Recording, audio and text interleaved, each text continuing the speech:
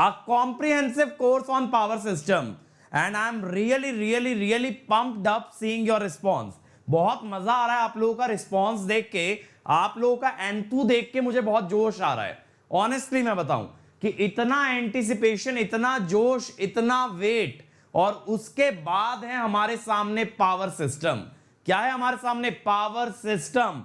अब हम लोग पहुंच चुके हैं उस मुकाम पे, उस पड़ाव पे, जिस चीज का आप लोगों ने काफी मंथ से इंतजार किया है कि सर पावर सिस्टम लाइव करवा दो मशीन की तरह. मशीन के फॉर्मेट में पावर सिस्टम ले आओ, और मेरे भाई मैं आपको मशीन से बेहतर पावर सिस्टम देने वाला हूं, मशीन से मच बेटर फॉर्मेट में देने वाला हूं. क्योंकि मशीन के टाइम मैंने आपको पढ़ाया था व्हाइट बोर्ड पे, जिसमें मैं टेक्नोलॉजी का यूज नहीं कर सकता था, जिसमें मैं विजुअलाइजेशन का यूज नहीं कर सकता था. लेकिन अब हमारे पास क्या है? हमारे पास है डिजिटल बोर्ड. हमारे पास क्या है? Digital board. यानी व्हाइट बोर्ड का भी सारा मजा आने वाला है, साथ साथ टेक्नोलॉजी भी इसमें जुड़ने वाली है. साथ साथ क्या होने वाला है? टेक्नोलॉजी भी इसमें जुड़ने वाली है. तो आपको पावर सिस्टम का अगर फील नहीं आ गया तो मैं मान जाऊंगा कि भाई मैं पावर सिस्टम पढ़ाने के लायक नहीं हूं. सिंपल सी बात है. अगर आपको पावर सिस्टम का फील नहीं आया, बहुत बढ़िया तरीके से फील आने वाला. और ये जो इंग्लिश कर रहे हैं ये लोग सेशन छोड़ के जा सकते हैं. इंग्लिश का पावर सिस्टम ऑलरेडी डल चुका है. ये तो भैया हिंदी में होगा, ये तो हिंदी में ही होगा, और ये पूरा का पूरा कोर्स हिंदी में चलेगा. इस चैनल पे मेरा पहला लाइव सब्जेक्ट हिंदी में, मेरे भाई इस चैनल पे मेरा पहला लाइव सब्जेक्ट हिंदी में आने वाला है. और मैं ऑनेस्टली आपको प्रॉमिस कर सकता हूं मजा आने वाला है, बहुत ज्यादा मजा आने वाला है. बस मुझे आपसे क्या चाहिए? मुझे आपसे क्या चाहिए मेरे भाई? मुझे आपसे डेली अटेंडेंस चाहिए.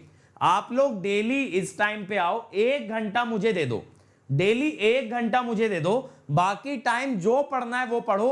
पावर सिस्टम मेरे साथ लाइव कवर करो, पावर सिस्टम मेरे साथ लाइव कवर करो. एक एक कंसेप्ट इतना क्लियर हो जाएगा. 100% मार्क्स गारंटीड, 100% मार्क्स गारंटी कर रहा हूं. पावर सिस्टम के अंदर एक भी सवाल नहीं बचेगा, लेकिन मेरे साथ लाइव अटेंड करना पड़ेगा. आज जो मोटिवेशन आप लोगों ने दिया, इतने सारे बच्चों ने लाइव आके लाइक करके, यार ये मोटिवेशन गिरने मत देना. बस अगर ये मोटिवेशन गिर गया तो मेरे पास कुछ भी नहीं बचता आप लोगों को देने के लिए. मैंने आपको कई बार समझाया, मेरा मोटिवेशन सिर्फ आप लोग हो, मेरा मोटिवेशन सिर्फ और सिर्फ आप लोग हो. तो ये चीज आपको मेक श्योर करना है कि मेरे भाई मेरा मोटिवेशन बना रहे. और अगर मेरा मोटिवेशन बना रहेगा, आपकी रैंक बनी रहेगी. ये चीज का मेरा प्रॉमिस है. जैसे कहते हैं ना, सुभाष चंद्र बोस जी ने कहा था, तुम मुझे खून दो मैं तुम्हें आजादी दूंगा, तुम मेरे भाई मुझे अटेंडेंस दो मैं तुम्हें रैंक दूंगा. ये मेरा प्रॉमिस है. तुम मुझे अटेंडेंस दो, बस तुम लोग आओ डेली, और गेट में रैंक मैं बोल रहा हूं हम लोग अपना 100% दे देंगे. मैं 100% से ज्यादा देने के लिए तैयार हूं, लेकिन मुझे यही जोश डेली चाहिए, मुझे यही जोश डेली चाहिए, अपने हर सेशन में चाहिए. अगर ये मिल गया तो आप ये देखो क्या मजा आ जाएगा, क्या मजा आ जाएगा मेरे भाई. एक एक कंसेप्ट इतना क्रिस्टल क्लियर हो जाएगा ना कि मैं बता रहा हूं, आप पावर सिस्टम में बच्चे तो छोड़ो, टीचर्स से कंपीट कर जाओगे. इस लेवल पे मैं पावर सिस्टम आपको देने वाला हूं, ठीक है. और ये भी गारंटी कर रहा हूं गेट से पहले खत्म कर दूंगा. देखो मैं ये नहीं कहता नवंबर में खत्म होगा, नहीं होगा. साफ सीधी बात है, ऑनेस्ट बात है, नवंबर में नहीं खत्म कर पाऊंगा, चाहे मैं आपको ये झूठा वादा नहीं दूंगा. गेट से पहले खत्म करूंगा, दोबारा कभी नहीं पढ़ना पड़ेगा पावर सिस्टम. 100% मार्क्स आएंगे, ये मेरा प्रॉमिस है. 100% मार्क्स आएंगे. और जिनको डे वन से खत्म होने की टेंशन है, वो लोग इस सीरीज को छोड़ के जा सकते हैं. क्योंकि मेरे भाई इस तरीके से मैं नहीं पढ़ाता कि डे 1 पे आपको पहले मैं ये बताऊं एंड डेट क्या है.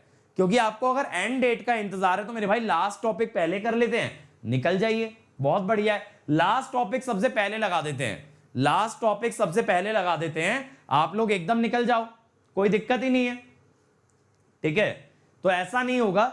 एक एक घंटे के सेशन होंगे, बहुत पावर पैक्ड सेशन होंगे, बहुत ग्राफिकल सेशन होंगे, और आपका सब्जेक्ट बहुत बेहतर वे में तैयार होगा. और मैंने पहले ही बताया था, मैं 2 घंटे नहीं पढ़ाऊंगा, मैं 1.5 घंटे नहीं पढ़ाऊंगा.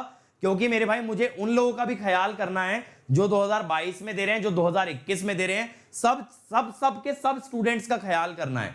आज मैं आपको 2-2, 4-4 घंटा पढ़ा करके ये जो लेक्चर्स का प्लान है, लेक्चर्स की प्लेलिस्ट है, इसको मैं डिस्ट्रॉय नहीं करूंगा.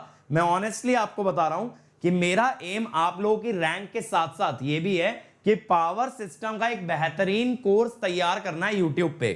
YouTube पे एक पावर सिस्टम का बेहतरीन कोर्स तैयार करना है, जैसे मैंने मशीन्स का किया था सेम वे में। अगर आप देखो मशीन के अंदर भी एक एक घंटे के सारे वीडियोस थे, लेकिन मशीन का कोर्स गजब था, मशीन का कोर्स गजब का था। और इसी तरीके से पावर सिस्टम भी होने वाला है, पावर सिस्टम भी सेम वे में जाने वाला है।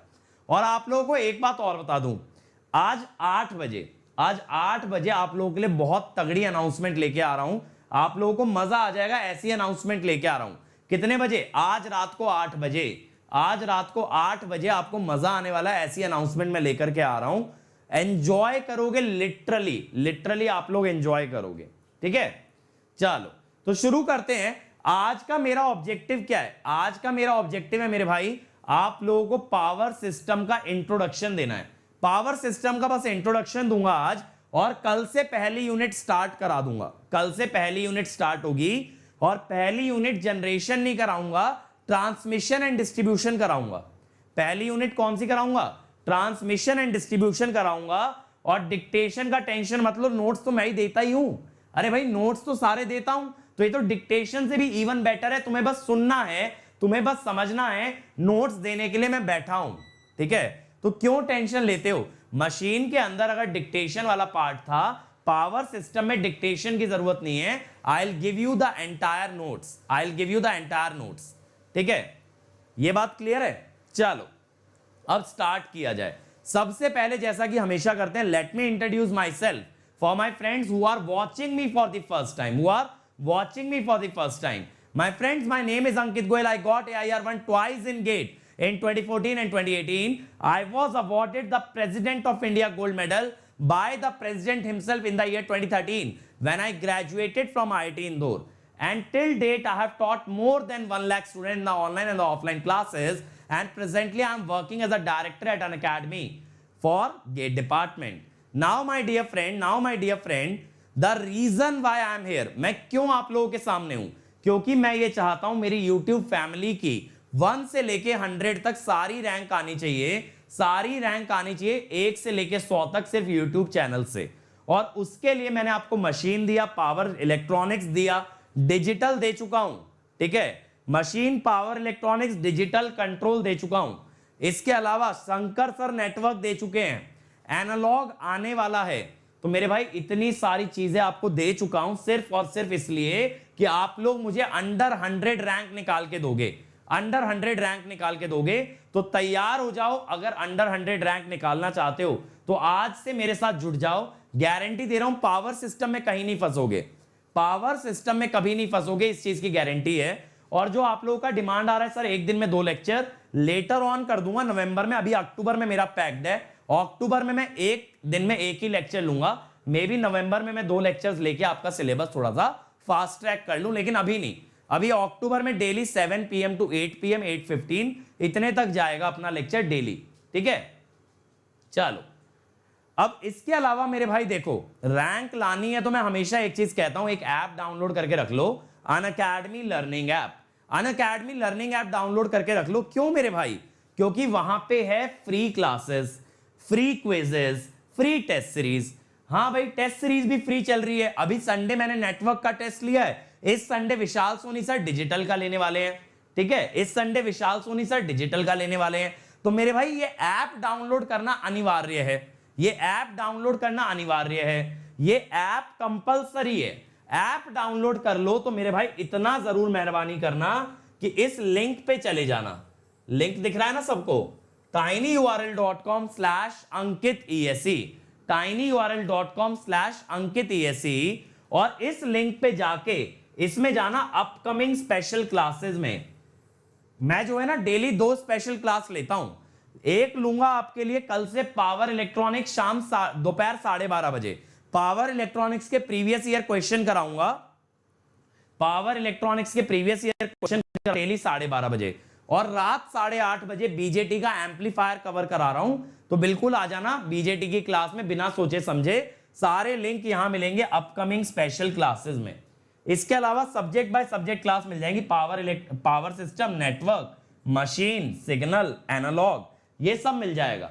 ये सब कुछ सब मिल जाएगा। बस ये URL रट डालो जल्दी से। सारे लोग ये URL चैट सेक्शन में डालो।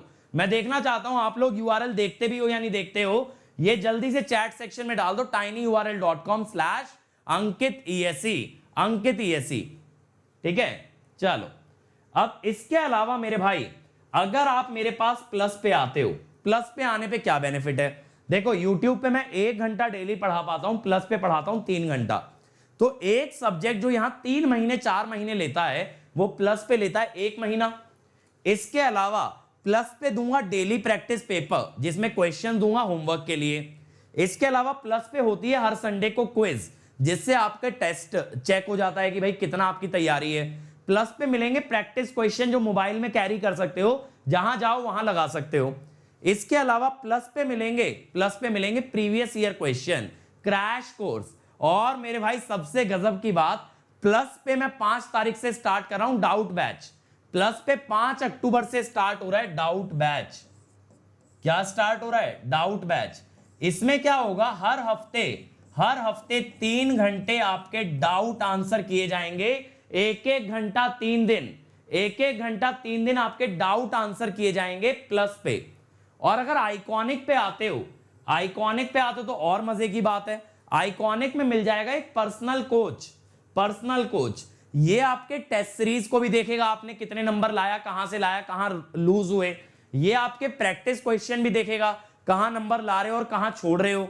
और ये आपका पूरा प्लान बनवाएगा, टाइम टेबल बनवाएगा, सब चीजें करवाएगा ये पर्सनल कोच। और ये पर्सनल कोच वो होगा मेरे भाई जो गेट और ईएसई दोनों निकाला है। जो बंदा गेट और ईएसई दोनों फोड़ा है ना, वो आपको ये बताएगा कैसे फोड़ा जाएगा गेट और ईएसई में। और जब ऐसा बंदा दिन रात आपके साथ काम करेगा ना, तो आपका मोटिवेशन कभी डाउन नहीं हो सकता, आपका एनर्जी कभी डाउन नहीं हो सकता, आप रैंक लाके रहोगे।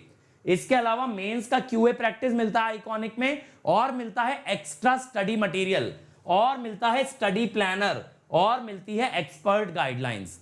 ये सारी चीजें आपको मिलेंगी आइकॉनिक में। दूसरी बात सबसे बड़ी बात, ये सब अनअकैडमी के पेड कोर्सेज हैं, इनकी फीस क्या है इसके लिए लास्ट तक वेट करो, मैं लास्ट में फीस वगैरह सब बताऊंगा, ठीक है, लास्ट में फीस वगैरह सब बताऊंगा। दूसरी बात, YouTube पे डाउट बैच नहीं लगा सकते इतने स्टूडेंट्स में, it is not practically possible, ठीक है, YouTube पे नहीं आ सकता डाउट बैच। और जो आप रोज 2 क्लासेस की बात कर रहे हो, तो मैंने बोल दिया रोज 2 क्लासेस का मैं प्लान करूंगा, लेकिन नवंबर में, अक्टूबर में 1 क्लास पर डे। चलो अब स्टार्ट किया जाए मेरे भाई, सेशन को। सेशन स्टार्ट करते हैं जल्दी से। सबसे पहले मैं बात करूंगा सिलेबस की, आपका पावर सिस्टम का सिलेबस क्या है, ठीक है। तो देखो, अच्छा एक बात और मैं बता दूं, प्लस के प्राइजेस बहुत जल्दी बढ़ने वाले हैं, आजकल में ले लो, ऐसा ना हो कि इस हफ्ते में प्राइस हाइक हो जाए और फिर बाद में आपको सेम सब्सक्रिप्शन का ज्यादा पैसा देना पड़े। तो मेरे भाई अगर सोच रहे हो 1 महीने 2 महीने बाद लेने का, तो अभी से ले लो। अरे क्रैश कोर्स करेंगे ना सैटरडे संडे, भैया कैसे गायब हो आप लोगों को ये मालूम कैसे नहीं है? क्रैश कोर्स सैटरडे से स्टार्ट हो रहा है। विशाल सोनी सर, मैं, Kamesh sir, Shankar sir, daily मतलब सैटरडे संडे 4 क्लास, संडे लगेंगी, ठीक है। सब सब्जेक्टों का कराएंगे क्रैश कोर्स। गेट से पहले पूरा रिवीजन वाइंड अप करेंगे, फ्री टेस्ट सीरीज दे रहे हैं, फ्री सिलेबस करा रहे हैं। अब मेरे भाई क्या कहते हैं, ये बात याद रखना कि इससे ज्यादा तो मैं कुछ नहीं कर पाऊंगा। Complete syllabus, revision, test series सब दे रहा हूं। चलो सिलेबस की बात करते हैं। सबसे पहले क्या क्या टॉपिक्स आते हैं। सबसे पहली आपकी यूनिट है मेरे भाई ट्रांसमिशन एंड डिस्ट्रीब्यूशन। कौन सी यूनिट है? Transmission and distribution.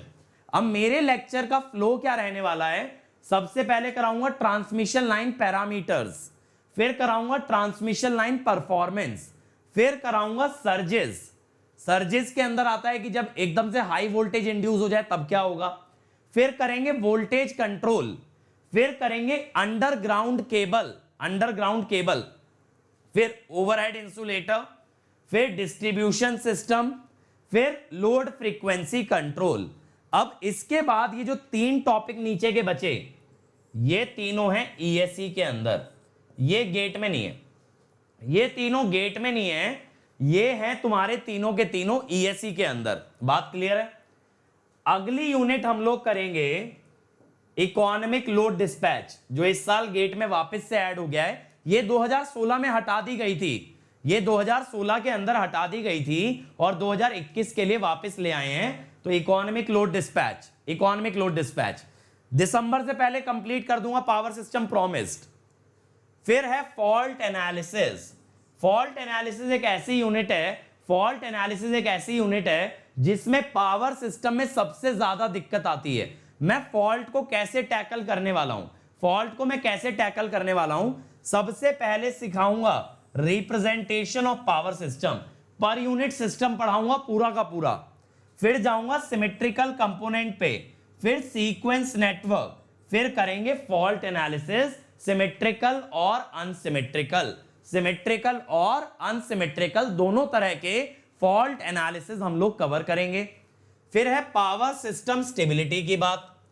इसके बाद स्टेबिलिटी में हम करेंगे स्टेडी स्टेट स्टेबिलिटी और ट्रांजिएंट स्टेबिलिटी में कराऊंगा इक्वल एरिया क्राइटेरिया। इसके बाद आएंगे प्रोटेक्शन पे। प्रोटेक्शन में कराऊंगा स्विचेस यानी सर्किट ब्रेकर और रिलेज। ये पूरा ग्राफिकल तरीके से एकदम डिटेल में पढ़ाने वाला हूं, सर्किट ब्रेकर और रिलेज, ठीक है।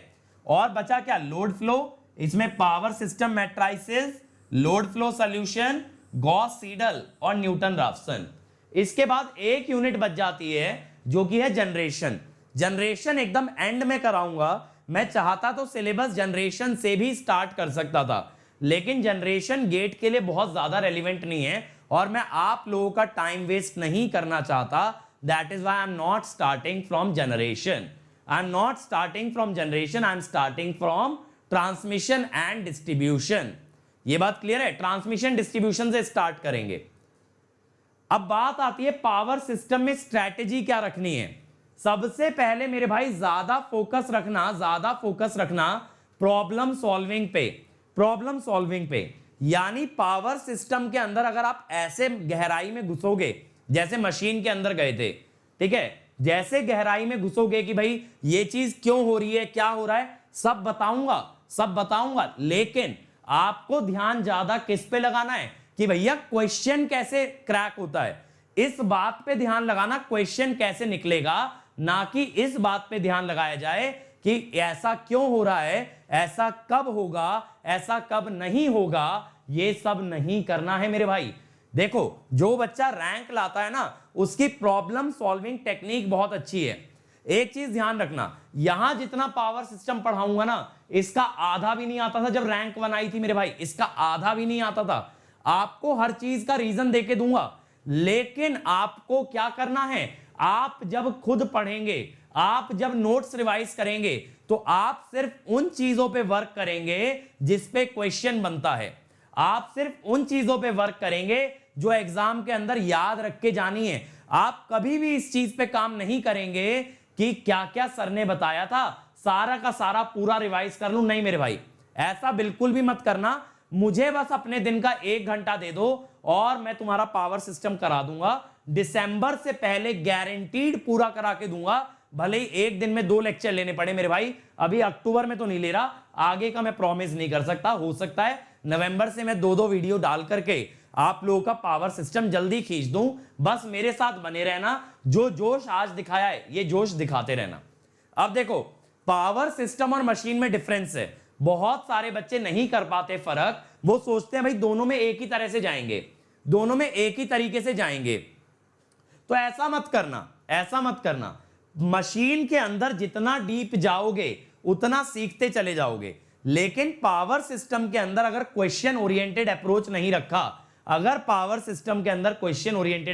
रखा, तो मेरे भाई पावर सिस्टम नहीं तैयार हो पाएगा। पावर सिस्टम और मशीन में मेजर फर्क क्या है? पावर सिस्टम और मशीन के अंदर सबसे बड़ा डिफरेंस ये होता है कि मशीन के अंदर सारे कंसेप्ट डिटेल में होते हैं। यानी क्या होता है, मशीन के अंदर नंबर ऑफ चैप्टर है बस 4, यूनिट है बस 4, लेकिन एक एक यूनिट पूरी डिटेल्ड है। एक एक यूनिट क्या है, एकदम डिटेल्ड है। वहीं पावर सिस्टम में क्या है, पावर सिस्टम में यूनिट्स हैं ज्यादा, और मेरे भाई पावर सिस्टम के अंदर डिटेलिंग है कम। यानी पावर सिस्टम की विड्थ ज्यादा और डेप्थ कम है, और मशीन की विड्थ कम है लेकिन डेप्थ बहुत ही ज्यादा है। तो दोनों में इसीलिए फर्क आ जाता है, और जब तक ये फर्क नहीं समझ लोगे, जब तक ये फर्क नहीं समझ लोगे मेरे भाई, तब तक आप क्रैक नहीं कर सकते पावर सिस्टम। इसीलिए ये बहुत बड़ी बात है मेरे भाई, ये बहुत बड़ी बात है कि प्रॉब्लम सॉल्विंग पे ध्यान लगाया जाए, प्रॉब्लम सॉल्विंग पे। अब मैं क्या करूंगा कि मैं आपके चैप्टर को ना कंसेप्ट्स में डिवाइड कर दूंगा, मैं आपके चैप्टर्स को ना कंसेप्ट में डिवाइड कर दूंगा, यानी कि मैं हर चैप्टर के अंदर बताऊंगा कि ये कॉन्सेप्ट है, इस पे सवाल आएगा, कैसा सवाल आएगा ये भी बताऊंगा। बस उस तरह का क्वेश्चन तैयार कर लेना। कुछ क्वेश्चन मैं क्लास में लगवाऊंगा, इसके अलावा घर जाकर के प्रीवियस ईयर लगा लेना। अब आपके लिए सोर्सेज क्या रहने वाले हैं, देखो आपके लिए सोर्सेज क्या रहने वाले हैं। थ्योरी आप करोगे मेरे नोट्स से, थ्योरी कहां से कवर करोगे, नोट्स से।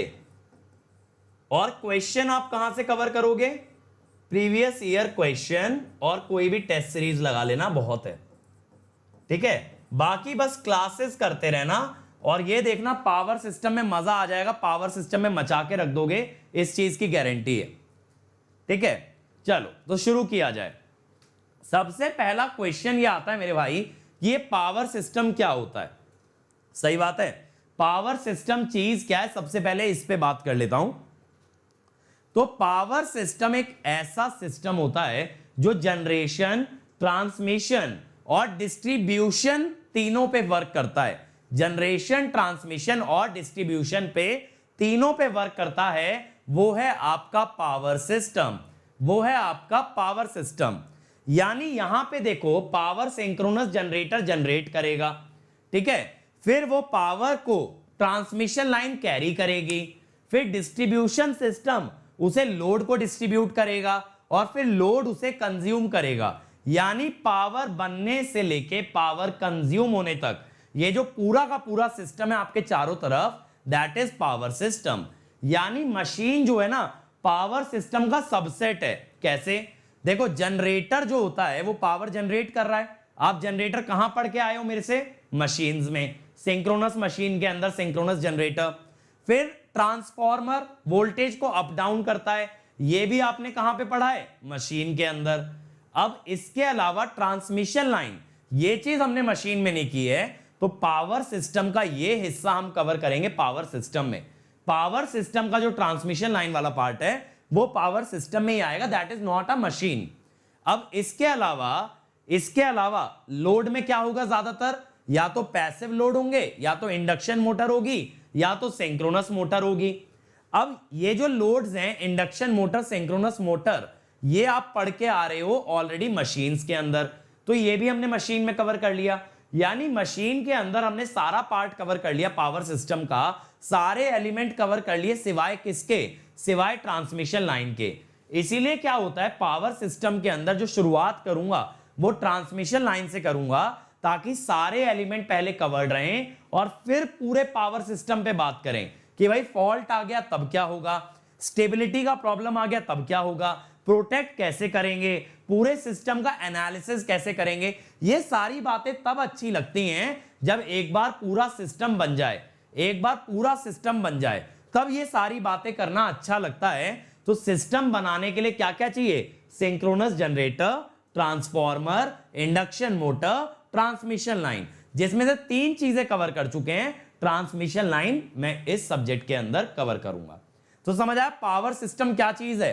पावर सिस्टम के बिना कोई भी देश सरवाइव नहीं कर सकता, क्योंकि पूरा electricity generation, transmission, distribution, consumption पूरा का पूरा पावर सिस्टम है। यानी पूरा इलेक्ट्रिकल इंजीनियरिंग क्या है, कहां आके रुकता है, कहां आके यूज होता है, सिर्फ पावर सिस्टम में।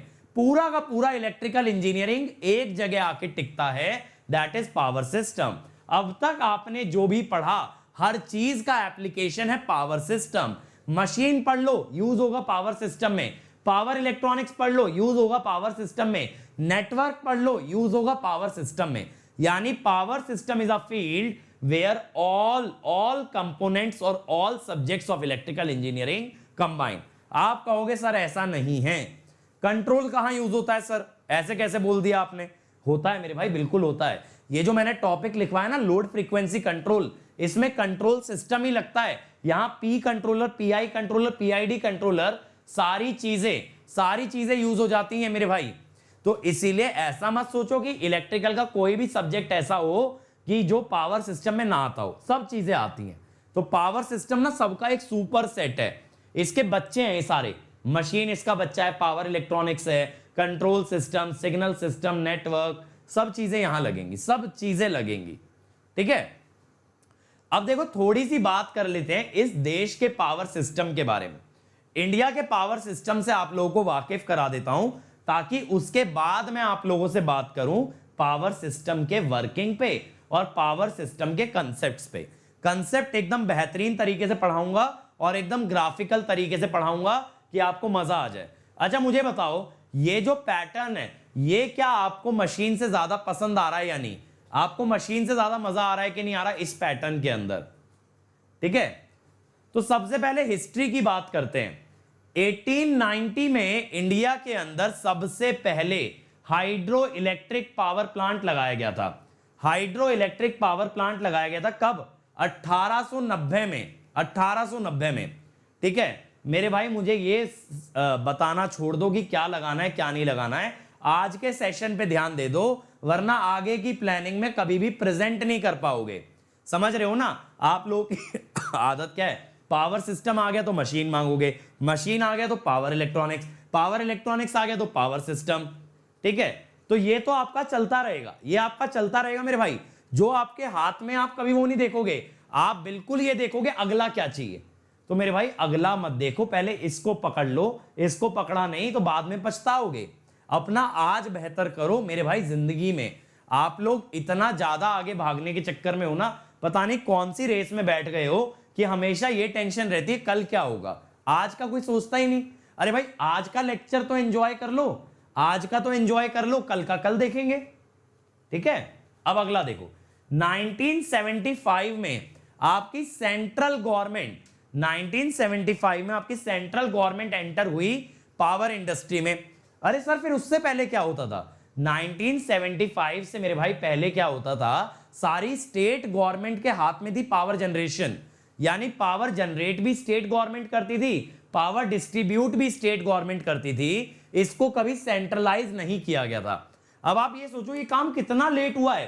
पावर प्लांट लगने के 85 इयर्स बाद, पावर प्लांट लगने के 85 इयर्स बाद आपकी सेंट्रल गवर्नमेंट पावर सेक्टर में एंटर हुई, और आज बातें उससे निकलने की हो रही हैं। आप देख रहे हो, एंटर होने में 85 इयर्स लग गए और निकलने का सोचने में 40 साल ही लगे आधे टाइम में।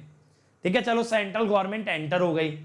अब सेंट्रल गवर्नमेंट किसके थ्रू एंटर हुई? पीएसयू, जो आप सबका मेजर इंटरेस्ट है ना, पीएसयू, जैसे एनटीपीसी, पावर ग्रिड, इन सब के थ्रू। तो एनटीपीसी आया, एनटीपीसी। फिर इसके कुछ साल बाद, 14 साल बाद आया आपका, 14 साल बाद आया आपका पावर ग्रिड, 14 साल बाद आया आपका पावर ग्रिड। तो पावर ग्रिड का काम क्या था? पावर ट्रांसमिशन के बारे में सोचना, पावर ट्रांसमिशन के बारे में उन्हें सोचना था कि कैसे पावर को सप्लाई से लेके लोड तक पहुंचाएंगे। ये काम किसने किया? पावर ग्रिड ने। ठीक है भाई, 1990 में आपका एचवीडीसी का बाइपोलर लिंक डाला गया। बाइपोलर लिंक, ये बाइपोलर लिंक क्या होता है? इसमें दो वायर होती हैं, एक जो आपकी पॉजिटिव पोलैरिटी की होती है और एक जो आपकी नेगेटिव पोलैरिटी की होती है। ये चीज मैं आपको बताऊंगा जब मैं एचवीडीसी डिस्कस करूंगा। अभी के लिए बाइपोलर पे मत जाओ, अभी के लिए बाइपोलर के अंदर मत जाओ, अभी के लिए वर्क करो एचवीडीसी पे कि भैया एचवीडीसी आया 1990 में, और 1998 में 1998 के अंदर 765 केवी वाला लिंक डाला गया। तो इंडिया का पावर सिस्टम ग्रेजुअली डेवलप हुआ है, क्योंकि ये सारी वैल्यूज ना आप देखोगे, आप 765 केवी देखोगे पावर सिस्टम के अंदर, तो मैंने पहले ही बता दिया 765 केवी कब आया? ये आया 1998 के अंदर। ठीक है, और 1990 में आया एचवीडीसी बाइपोलर लिंक, 1989 में पावर ग्रिड आई, 1975 में सेंट्रल गवर्नमेंट ने एंटर किया, और 1890 के अंदर पहला हाइड्रो इलेक्ट्रिक पावर प्लांट लगाया गया। अब इसके बाद देखो इंडिया के अंदर कौन कौन सी ग्रिड है। इंडिया के अंदर एक्चुअल में 5 पावर ग्रिड थी, 5 पावर ग्रिड थी। पहली पावर ग्रिड नॉर्दर्न, दूसरी ईस्टर्न, तीसरी नॉर्थ ईस्टर्न, चौथी वेस्टर्न और पांचवी सदर्न। अब क्या था शुरुआत में, ये पांचों ग्रिड ना अलग अलग फ्रीक्वेंसी पे चलती थी, यानी इनके बीच का इंटरकनेक्शन नहीं था। समझ रहे हो ना? कभी भी पावर ट्रांसफर के लिए सबसे बड़ी कंडीशन ये होती है कि सिस्टम के अंदर फ्रीक्वेंसी सेम होनी चाहिए। ऐसा क्यों होना चाहिए, कभी मैं आपको एक अलग से क्लास लेके बता दूंगा कि सेम फ्रीक्वेंसी क्यों रिक्वायर्ड होती है। बट अभी के लिए इतनी बात करते हैं कि सभी के सिस्टम्स की फ्रीक्वेंसी सेम होगी, तभी एक सिस्टम से दूसरे सिस्टम पावर जा सकती है। राहुल मेरे भाई, पावर ग्रिड का मतलब है, ग्रिड क्या होती है? एक मैट्रिक्स होती है ना। पावर ग्रिड यानी ग्रिड एक मैट्रिक्स जिसमें हजारों लाखों जनरेटर लगे हैं, हजारों लाखों लोड लगे हैं, वो क्या है? एक पावर ग्रिड है। अब मेरी बात को ध्यान से समझना। तो क्या होता है, कभी भी पावर ट्रांसफर करनी है तो सेम फ्रीक्वेंसी चाहिए। बात यह आती है पावर ट्रांसफर करनी क्यों है। अब देखो मेरे भाई, कुछ एरियाज ऐसे होते हैं, जैसे बेंगलोर है जहां मैं रह रहा हूं, हैदराबाद है, ये सब है जहां बहुत ज्यादा इंडस्ट्रीज डेवलप्ड है। दिल्ली हो गया, मुंबई हो गया, तो यहां पावर का ना कंजम्पशन बहुत ज्यादा है।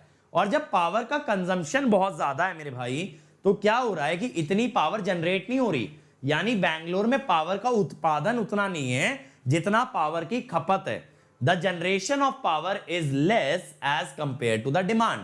ठीक है, वो ओवरऑल कंट्री के अंदर भी है। मैं आज ही बैठ के स्टैट्स पढ़ रहा था, अराउंड 7.5 से 10% की डेफिशिएंसी अभी भी है। यानी कि अगर 1000 मेगावाट पावर की डिमांड है तो अभी भी हम लोग ऑलमोस्ट 900 मेगावाट ही जनरेट करेंगे। 10% का गैप रहेगा डिमांड और सप्लाई में, और इसीलिए पावर कट आता है। भाई पावर आउटेज क्यों आता है? क्योंकि ज्यादा डिमांड है और कम सप्लाई है। डिमांड ज्यादा है और सप्लाई कम है। लेकिन अब कुछ हिस्से ऐसे होते हैं भाई, इंडस्ट्री नहीं चलाएंगे तो देश आगे नहीं बढ़ेगा। अगर बैंगलोर में आईटी सेक्टर नहीं चलेगा तो एक कंट्री बैठ जाएगा। तो यहां पावर चाहिए, लेकिन वो पावर बैंगलोर खुद जनरेट नहीं कर सकता, तो इसको पावर कहीं ना कहीं से ड्रॉ करनी पड़ेगी। अब मेरे भाई ये ड्रॉ कहां से करे? अब जैसे आसाम जैसा एरिया जो ईस्टर्न वाला एरिया है या नॉर्थ ईस्टर्न वाला एरिया है मेरे भाई, अब ये लोग तो पावर कंज्यूम नहीं करते, लेकिन ये जनरेट जरूर करते हैं। क्यों कंज्यूम नहीं करते? क्योंकि यहां खपत कम है, क्योंकि ये यहां पे कंजम्पशन कम है। कंजम्पशन क्यों कम है? क्योंकि इंडस्ट्रियलाइजेशन कम है। इस वजह से यहां पावर एक्सेस है और आईटी सेक्टर्स में या फिर इंडस्ट्रियल एरियाज में पावर डेफिशिएंसी है। तो भैया पावर का नेटवर्क बनाना तो जरूरी है, और इसीलिए इसे बोलते हैं पावर सिस्टम नेटवर्क। ठीक है, तो पावर सिस्टम नेटवर्क क्या है? एक ऐसा नेटवर्क जिसमें जनरेटर भी है, लाइंस भी हैं, लोड भी हैं, ये पूरा एक नेटवर्क, एक सर्किट बन गया है। अब इसके अंदर हमारे पास 5 अलग अलग सिस्टम थे, northern, eastern, north eastern, western और सदर्न। अब इन्हें जब तक जोड़ोगे नहीं तब तक पावर ट्रांसफर एक दूसरे के बीच नहीं हो पाएगी। तो क्या हुआ, दो दो करके जोड़ना शुरू किया। जैसे नॉर्दर्न और नॉर्थ ईस्टर्न को जोड़ा, फिर ईस्टर्न और नॉर्थ ईस्टर्न को जोड़ा, ऐसे करके ना दो दो के ग्रुप में जोड़ के सबसे पहले ये चारों जोड़ दिए। सबसे पहले आपके ये चारों जोड़ दिए। अब ये चारों जब आपके जुड़ गए तो बचा कौन सा? सदर्न। अब भाई सदर्न की फ्रीक्वेंसी अलग थी बाकी चारों से। इसकी फ्रीक्वेंसी 49 हर्ट्ज के आसपास थी और बाकी की 50 हर्ट्ज के आसपास थी। तो फ्रीक्वेंसी मैच नहीं हो रहा था, तो इनको आपस में जोड़ा गया HVDC लिंक से।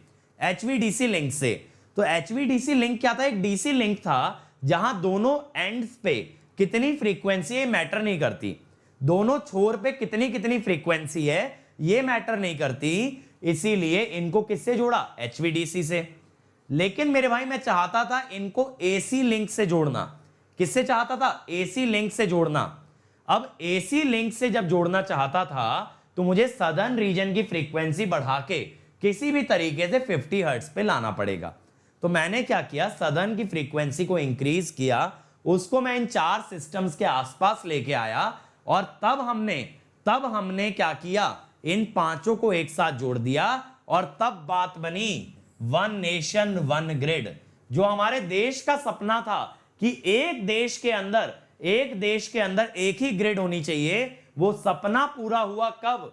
31 दिसंबर 2013 को। 31 दिसंबर 2013 को। 2006 में ये चारों साथ काम करने लगे थे।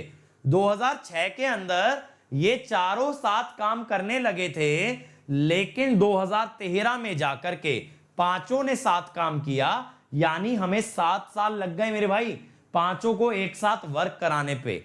लेकिन आज की डेट में ये पांचों एक साथ काम करते हैं। हमारे देश की फ्रीक्वेंसी भी एक है, हमारे देश की ग्रिड भी एक है, और हमारा देश भी एक है।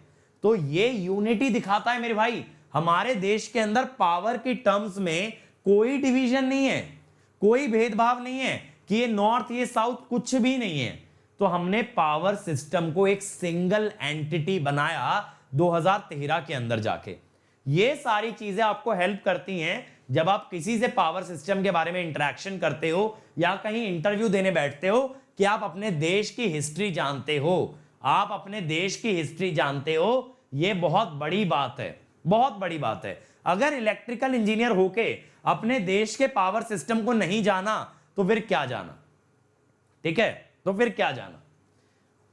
ठीक है भाई, चलो अब देखो इंस्टॉल्ड कैपेसिटी कितनी कितनी है। अब सबसे पहले मैं बात कर रहा हूं अलग अलग सेक्टर में। ठीक है, सेंट्रल सेक्टर में कितनी है मेरे भाई? 94,000 मेगावाट, यानी 94 गीगावाट। स्टेट सेक्टर में है 103 गीगावाट, और प्राइवेट सेक्टर में है 175 गीगावाट। तो प्राइवेट सेक्टर का कितना परसेंट कंट्रीब्यूशन है? कितना परसेंट कंट्रीब्यूशन है जनरेशन में? 47%। तो मेरे भाई कभी आपसे कोई ये बात पूछ ले कि सबसे ज्यादा पावर कौन सा सेक्टर जनरेट करता है, आप बोलोगे सबसे ज्यादा कौन जनरेट करता है? सबसे ज्यादा जनरेट करता है प्राइवेट सेक्टर। ठीक है, ये बात क्लियर हुई? तो टोटल जनरेशन या टोटल कैपेसिटी कितनी है? 372 गीगावाट। 372 गीगावाट, ये बात क्लियर हुई? और ये देखो डिस्ट्रीब्यूशन दिख रहा है, यहां 47% आपका आ रहा है प्राइवेट सेक्टर से। 47% आ रहा है प्राइवेट सेक्टर से। ठीक है भाई, अब इसके बाद जनरेशन की बात करें, हमारे पास अलग अलग सोर्सेज हैं। ठीक है, अब देखो थर्मल पावर कंट्रीब्यूट करता है इंडिया के अंदर मेजॉरिटी ऑफ पावर, 62.1%। 62.1% जनरेट करते हैं थर्मल पावर से। थर्मल पावर के अंदर फायदा ये होता है, ये हर सीजन के अंदर पावर दे सकती है। अब आप पूछ रहे हो प्राइवेट सेक्टर का एग्जांपल, तो अदानी पावर। ठीक है, अनमोल पूछ रहे हैं स्टेट सेक्टर का। मेरे भाई जो स्टेट गवर्नमेंट ओन्ड कंपनीज होती हैं, जैसे Odisha power generation, Bihar state power corporation limited, तो ये सारी हैं आपकी स्टेट सेक्टर। प्राइवेट सेक्टर जैसे टाटा, अदानी, अंबानी, ये सब आ जाते हैं आपके प्राइवेट सेक्टर में। अब देखो हाइड्रो इलेक्ट्रिक पावर प्लांट का कंट्रीब्यूशन बहुत छोटा है।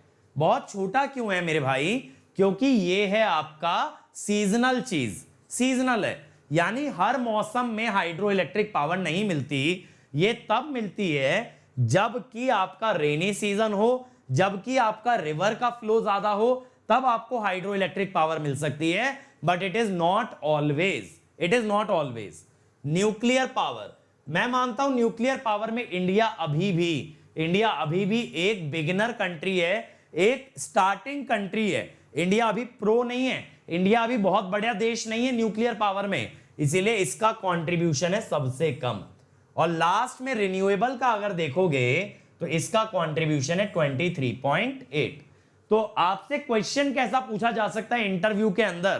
पूछा यह जा सकता है कि भैया कितना कंट्रीब्यूशन है, या ये कह दो कि अगर इनको डिक्रीजिंग ऑर्डर में अरेंज करें तब क्या होगा? Thermal, renewable, hydroelectric, then nuclear. Thermal, renewable, hydroelectric, then nuclear. ठीक है, तो सबसे ज्यादा पोर्शन देखो, सबसे बड़ा पोर्शन है थर्मल का। सबसे बड़ा पोर्शन किसका है? थर्मल का। और सबसे छोटा पोर्शन किसका है, न्यूक्लियर का। ठीक है भाई, ये बात क्लियर हुई।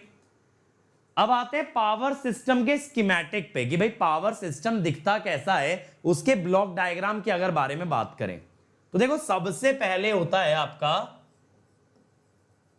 जनरेशन। ये जो है ना, ये दोनों जनरेटर हैं। अब ये जनरेशन कितना होता है, 11 केवी पे होता है, कभी कभी 33 केवी पे होता है। जनरेशन इतनी वोल्टेज पे होता है। रिन्यूएबल माने सोलर, विंड, टाइडल, ये सारी रिन्यूएबल है। ठीक है। अब ये आता है मेरे भाई आपका बीच में एक स्टेप अप ट्रांसफॉर्मर। ये मैं आपको ट्रांसमिशन लाइन में लिखवाऊंगा भी कि ये स्टेप अप ट्रांसफॉर्मर क्यों आया। तो ये आया स्टेप अप ट्रांसफॉर्मर। अब मेरे भाई इसने क्या किया, इसने वोल्टेज का लेवल बढ़ा के पहुंचा दिया 220 से लेके 765 केवी तक। 220 से लेके 765 केवी तक इसके लेवल को पुश कर दिया और यहां से निकाल दी टाई लाइंस। टाई लाइंस का क्या मतलब है, जैसे देखो अब आपका नॉर्दर्न रीजन है और नॉर्थ ईस्टर्न रीजन है, इनको अगर आपको साथ में कनेक्ट करना है, इनको अगर आपको साथ में कनेक्ट करना है तो कोई वायर, कोई ट्रांसमिशन लाइन से कनेक्ट करोगे ना, तो वो ट्रांसमिशन लाइन क्या कहलाएगी, टाई लाइन। आपसे कोई पूछे भैया टाई लाइन क्या होती है, आप बोलोगे टाई लाइन के नाम में ही उसका रहस्य है। जो टाई करे यानी कि जो दो चीजों को बांधे, जो दो चीजों को साथ में कनेक्ट करे, that is a tie line. तो टाई लाइन क्या करती है, दो सिस्टम्स को एक साथ कनेक्ट करती है, दो अलग अलग पावर सिस्टम को एक साथ कनेक्ट करती है। अब इसके बाद आता है ये step down transformer. Step down transformer. अब ये स्टेप डाउन ट्रांसफॉर्मर क्या करता है, ये वोल्टेज के लेवल को और नीचे लेके आता है 33 से 132। आप कहोगे सर जब स्टेप डाउन करना ही था तो स्टेप अप क्यों किया, तो इसका रीजन मैं आपको बता देता हूं, डिराइव बाद में कराऊंगा कि ये स्टेप अप ट्रांसफॉर्मर किस लिए आता है। ये आता है टू मिनिमाइज ट्रांसमिशन लॉसेस। किस लिए आता है, टू मिनिमाइज ट्रांसमिशन लॉसेस। ठीक है, उसके लिए आपका स्टेप अप ट्रांसफॉर्मर आता है। अब आप कहोगे सर स्टेप अप करने से लॉस कैसे कम हुआ, ये बिल्कुल मैं डिराइव कराऊंगा, ये बिल्कुल मेरे भाई मैं डिराइव कराऊंगा, लेकिन अभी नहीं, अभी बेसिक बात कर रहे हैं। अब ये स्टेप डाउन ट्रांसफॉर्मर वोल्टेज को नीचे ले आया 33 केवी या 132 केवी। अब इस पे आपने सप्लाई किए बड़े कंज्यूमर।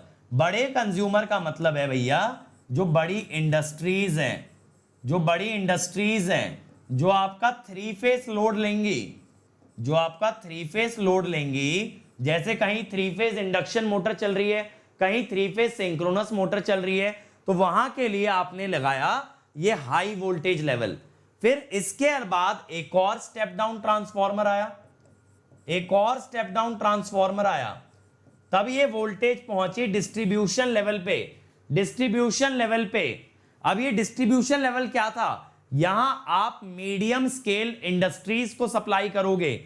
मीडियम लार्ज कंज्यूमर का मतलब है मीडियम स्केल इंडस्ट्री, जो छोटे ऑफिसेज होते हैं, जैसे आईटी सेक्टर हो गया।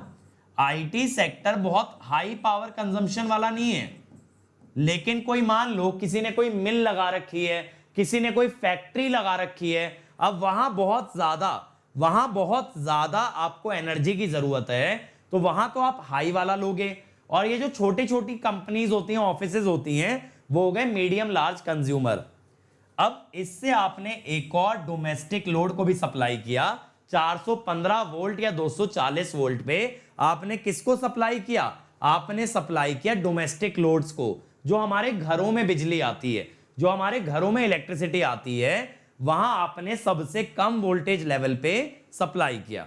अगर सिंगल फेज की बात करें तो 220 से लेके 230 वोल्ट तक की बात होती है।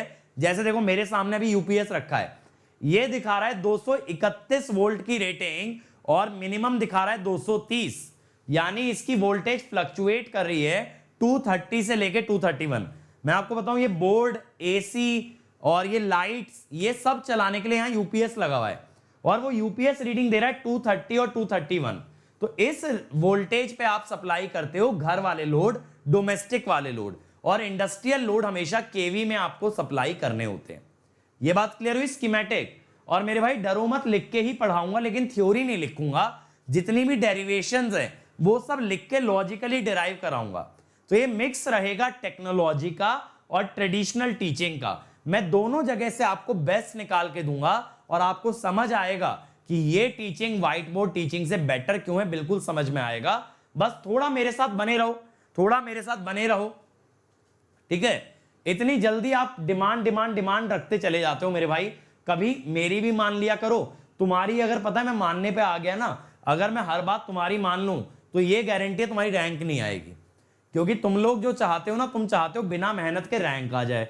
वो तो वैसे भी एक तरीके से फेल है, वो तो वैसे भी फेल है, बिना किसी मेहनत के रैंक आ नहीं सकती। और तुम मेरे को एक पैराडॉक्स दे देते हो कि सर बिना मेहनत कराए किसी तरीके से रैंक दिलवा दो। तो मैं तो क्या भाई, मैं भगवान थोड़ी हूं। भगवान आपको हो सकता है और चैनल्स पे मिल जाए, लेकिन इस चैनल पे तो नहीं मिलेगा। इस चैनल पे इंसान से ही काम चलाना पड़ेगा, ठीक है। चलो अब देखो, जब पावर सिस्टम डिजाइन करते हैं तो उसके ऑब्जेक्टिव क्या होते हैं भाई। पावर सिस्टम डिजाइन करते वक्त क्या ध्यान रखा जाता है? सबसे पहले भैया की सस्ती बिजली देनी है, सस्ती पावर जनरेट करनी है, सस्ती पावर जनरेट करनी है। तो सस्ती पावर जनरेट आप कैसे करोगे? आप यहां पे मेरे भाई दो टॉपिक पढ़ोगे। पहला टॉपिक आप यहां पे पढ़ोगे इकोनॉमिक जनरेशन, ठीक है, कि किस तरह से पावर जनरेशन की कॉस्ट मिनिमाइज की जाए। और दूसरा आप पढ़ोगे इकोनॉमिक डिस्पैच। क्या पढ़ोगे? Economic dispatch. ये दो चैप्टर ऐसे आएंगे जो कि आपकी पहले ऑब्जेक्टिव को सेटिस्फाई कराएंगे, ठीक है। इसका क्या मतलब है कि हमारा जो सिलेबस है ना, वो इसी तरीके से डिजाइंड है कि आप पावर सिस्टम डिजाइन की बात करो, आप पावर सिस्टम कंस्ट्रक्शन की बात करो, और जो जो आपका टारगेट है आप वो सेटिस्फाई करते जाओ। दूसरा, rated voltage and frequency consumer को मिलना चाहिए। यानी अगर मैं कंज्यूमर हूं तो भैया मुझे 50 हर्ट्ज दे दो, 230 वोल्ट दे दो, मैं खुश हूं, मुझे 230 वोल्ट मिल जाए, 50 हर्ट्ज मिल जाए, मुझे और कुछ नहीं चाहिए मेरे भाई, मुझे और कुछ नहीं चाहिए। मेरा लैपटॉप चलता रहे, इंटरनेट चलता रहे, टीवी चलता रहे, मेरी क्लासेस चलती रहे, मैं तो खुश हूं ना। एक आम आदमी को और क्या चाहिए? इंटरनेट चाहिए हमारी जनरेशन को इलेक्ट्रिसिटी चाहिए, खुश है ना, सब लोग खुश हैं। तो रेटेड वोल्टेज एंड फ्रीक्वेंसी देने के लिए आप दो चैप्टर पढ़ोगे, एक वोल्टेज कंट्रोल, मैंने आपको लिखवाया भी था ना, ट्रांसमिशन डिस्ट्रीब्यूशन के सिलेबस में दिखाया था, और एक आप पढ़ोगे फ्रीक्वेंसी कंट्रोल। ये दो टॉपिक आपके हैं किसके लिए? ताकि कंज्यूमर को रेटेड वोल्टेज और रेटेड फ्रीक्वेंसी मिले। अब रिलायबल पावर सप्लाई मिलनी चाहिए भाई कंज्यूमर को। ऐसा ना हो आज पावर है कल पावर नहीं है, तो रिलायबल पावर चाहिए। तो यहां पे आप क्या यूज करते हो? Transmission line and UG cable, यानी दोनों का यूज करके ये मेक श्योर करो कि कंज्यूमर तक पावर पहुंचे। सूरज पांडा मेरे भाई, रेटेड वोल्टेज माने 230 वोल्ट। अब इसमें कितना मुश्किल चीज है यार।